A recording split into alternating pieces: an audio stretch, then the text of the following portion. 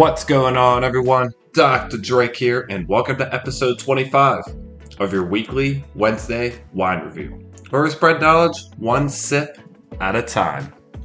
We're only a quarter through to 100 episodes, but that shouldn't stop you from giving this video a like, hitting that subscribe button and notification bell so you will never miss out on these awesome, informative wine reviews. Today, we have a single vineyard Barbaresco from one of the top producers of the region known as Produttori.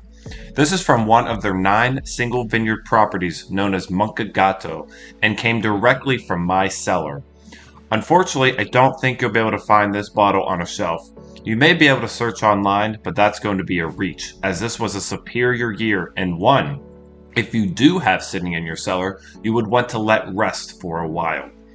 The good news is I do have their standard Barbaresco that is priced at $50 in stock. That is a wine that is produced and sourced from all of their 9 single vineyards, and I highly recommend it. We prepare a very simple dish for such an exotic wine, rigatoni and meatballs. Normally, I'm all about making my own meatballs and sauce, but I want the route of simple and quick. So I bought store-bought meatballs and sauce from Aldi, which still tastes good for being store-bought, in the rigatoni noodles. I place the meatballs in the oven and let them bake. In the meantime, I boil water and let the noodles cook till tender while the sauce is on a low heat. After the meatballs are done, I add them to the sauce and let them cook in there until the pasta is ready to be served. I then drain the pasta, grab a bowl, fill it with rigatoni, add the meatballs and sauce, and we are all ready to pair this wine with this dish. Alright, so you know what we do here. First we gotta inspect the color, and then we gotta smell the wine, then we gotta taste the wine, then we gotta pair it with the food, and then I give you my overall review on the wine. So let's inspect the hue of this wine. The hue of the wine is a brickish red to it, a little bit of like brown outlying on the edge too, but that's where that brickish kind of color is coming from. That's perfect for Nebbiolo or Barbaresco. Barbaresco being the area and Nebbiolo being the grape. So let's swirl this wine. Let's liberate those aromas. Because this is a powerful wine that's going to need a lot of swirling and a lot of liberating. Let's give the wine a sniff.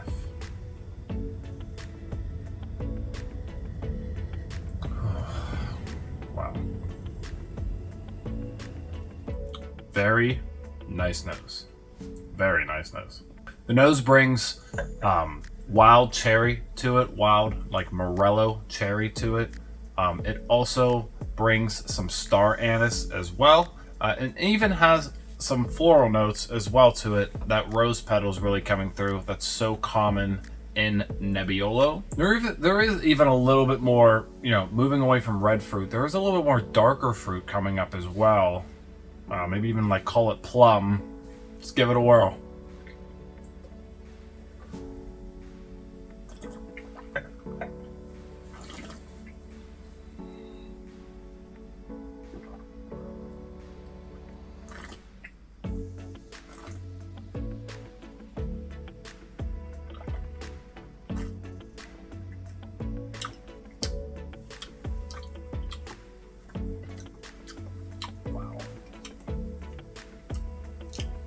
Wow. This wine's elegance that Barbaresco is so well known for, because it's the opposite of Barolo. Barolo's more tannic, more mean, more powerful. It's the king. Whereas Barbaresco is the queen, more elegant, more gives you a charm, puts a smile on your face. I'm going to tell you guys right now, this wine has an elegance to it that is just unmatched, but its power it's bringing is drinking like a Barolo. This wine's silkiness is so nice. Silky red cherry fruit, wild cherry fruit with those rose petals, a little bit of tar coming through as well. That star anise, as is coming through as well. But then as I swish the wine more into my mouth, then there's these like firm tannins that are just like start drying out my mouth and still telling me that this wine is still youthful. This wine deserves such a better pairing than just a simple dish like rigatoni and meatballs.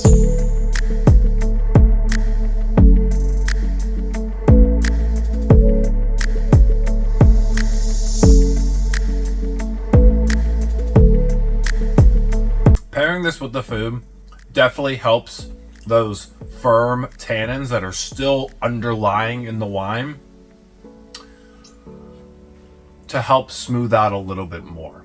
And it's actually helping it not be as starchy, and my mouth is not as dried out either. So the food is definitely help complementing the wine, which is perfect. But I am still amazed of this wine's power. I love this producer. I think it's an excellent producer, and I think you should absolutely seek it out. So remember, if you like this video, to please give it a like, hit that subscribe button and notification bell so you can stay tuned for next week's prescription from the doctor.